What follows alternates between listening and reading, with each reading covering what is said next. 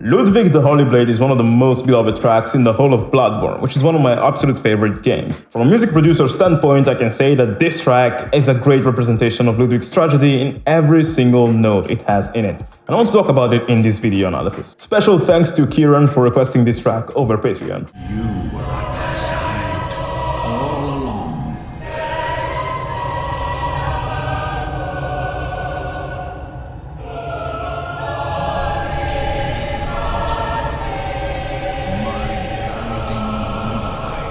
This part plays at a very important moment in the fight. Now, if you haven't played this moment or you don't remember Ludwig's story, let me explain a bit better what's going on so you can understand better what's going on in the music as well. In the moment we encounter him, Ludwig is a feral beast that is completely lost to his instincts of seeking for blood. But before that, he used to be a hero of this town, known for his legendary blade, and it's called the Moonlight Blade. It's well known that the Moonlight Blade seems to have a conscience of its own and talks to its wielder. And in the case of Ludwig, it inspired him to kill and bathe in blood, just like a muse would inspire a composer to write music and bathe in glory. Sorry. It is very curious, in fact, that Ludwig shares his name with the composer Beethoven, which is the guy who wrote the famous Moonlight Sonata. Ludwig, Moonlight. Coincidence? I think not! This is a very important detail that is characterized in the music, as in this scene we see Ludwig talking to his blade, which he calls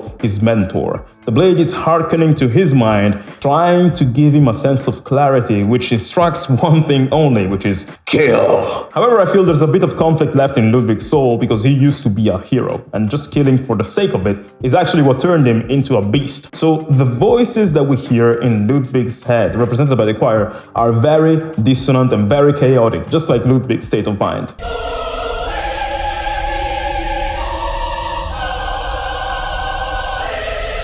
For those of you who don't make music, dissonance is where you use different notes that really don't belong together musically and thus create a sound that is unpleasant. Why would a composer do that? Well, do you remember this part from One Winged Angel?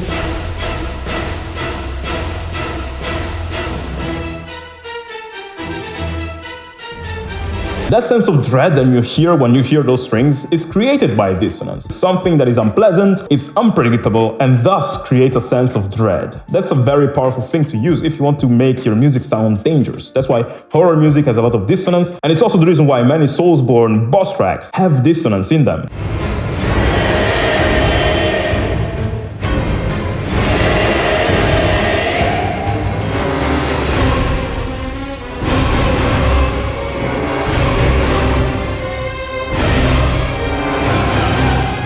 This specific type of music is called atonal music. What I love about Bloodborne, though, is that it also has a very melodic side to it, as to represent the humanity left in the enemies that we fight.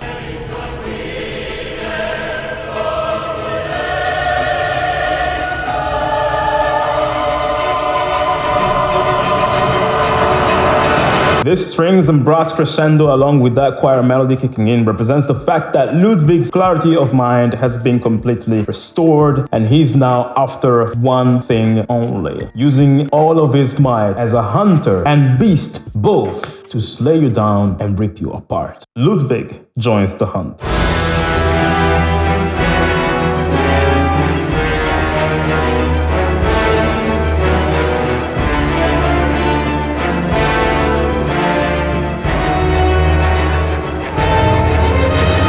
This part kicks ass. Or rather, it tells that Ludwig is ready to kick your ass. What I love so much about this part, except the fact that it sounds freaking awesome, is the fact that it's basically a waltz. What is a waltz and how does that relate to Ludwig, you say? Let me explain to you in very modern terms. That's an old tradition that used to take place in royal courts. In the company of nobles, people used to go to dance not to the sound of electronic music, but rather to the well-refined sound of 3/4 time signature orchestral music. And that genre is called waltz, and it goes something like 1, 2, 3, 1, 2, 3, 1, 2, 3.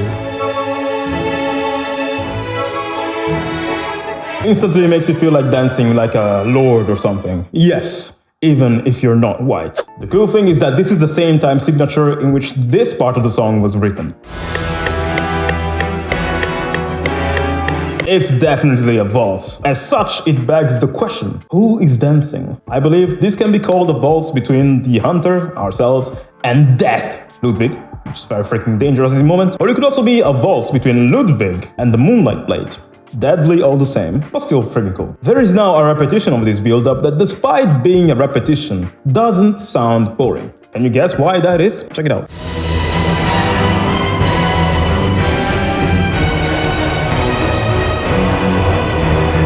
Well, the reason is one. The main instrument carrying the main melody has changed, but maybe you didn't even notice, because that is a trick that professional composers use. They will repeat a certain part of the song, but in repeating it, they will change the main instrument playing the main melody. What we hear in this case is the brass being the leading element for the first half, and then it transitions to strings.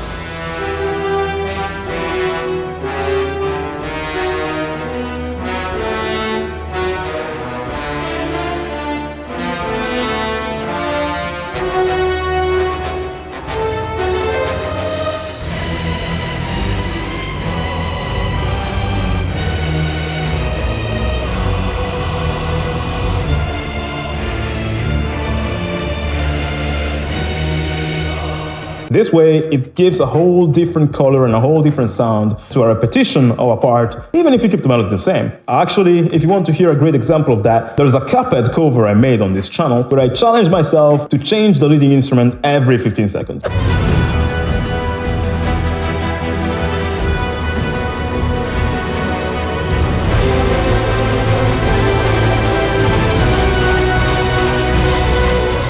We then come to this climax that actually makes me feel that this is a waltz between Ludwig and madness rather than a waltz between us and death. It sounds like this.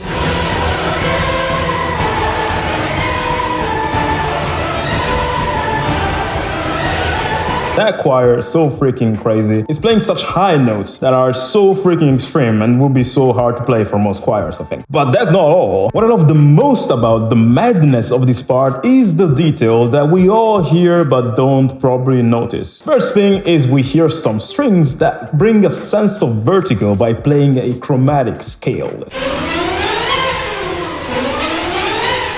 When I say they're playing a chromatic scale, that's a fancy way to say that the strings are playing all the notes in one given octave. And in this case, they're also coming back down. It's not something you hear often in music, and when you do, it creates a sense of vertigo. Sort of like being on a swing that oscillates between life and death, given the context of this song. It could also represent the vertigo of Ludwig falling into total madness from before being a hero of the people to now being a threat to anything that breathes and lives. I don't know. There's the second thing that takes this even up one notch. When those runs on the strings hit the peak, we also have some cymbals and brass accentuating them with a big hit.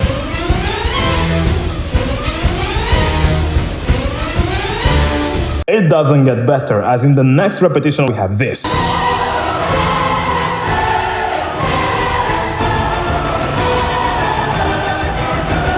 The choir melody got more thick because other than having the female choir singing those high notes, we also have some male choir singing some notes underneath that.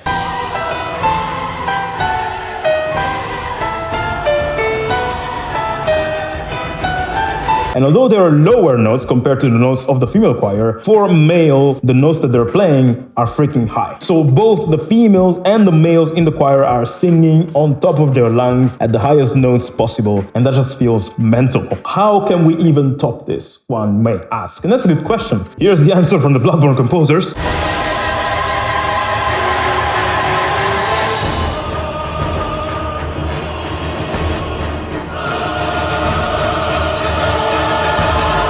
What a way to go. This is what I call a stinger. A stinger is the part of a song where you just go bananas. You take everything you wrote before and you're like, okay, this was nothing. Now I'm gonna show you the real shit. What they did in this part is start this stinger with this sort of like atonal chord that honestly is so crazy that when you hear that, your insight goes up by 1 point. What is also making this chord and pretty much all the rest of the choir in this track sound even more intense is the vibrato. Vibrato is when you are singing a note, but instead of singing in a way that is linear, like Figaro, you say Figaro. You feel like the inflection. That's vibrato, and that kind of creates even more texture. And when you have such a dissonant chord where every single singer is singing vibrato, on top of the dissonances we have, that also adds more juicy darkness. I love that. J-Wiz, look at the time. It's 1:30 a.m. and I just finished editing this video. If you're feeling alone in this moment of COVID and house isolation and stuff like that, feel free to join the Discord server I created last week for this channel. It's full of 300 people right now who are freaking awesome. I've been having some very great conversation on there. So if you're interested in like chilling with like-minded people while you play games, feel free to join us there. Also, if you want to make requests, download music transcriptions and have your name pop up in my next video, feel free to support this channel on Patreon. Link to Patreon and Discord down below.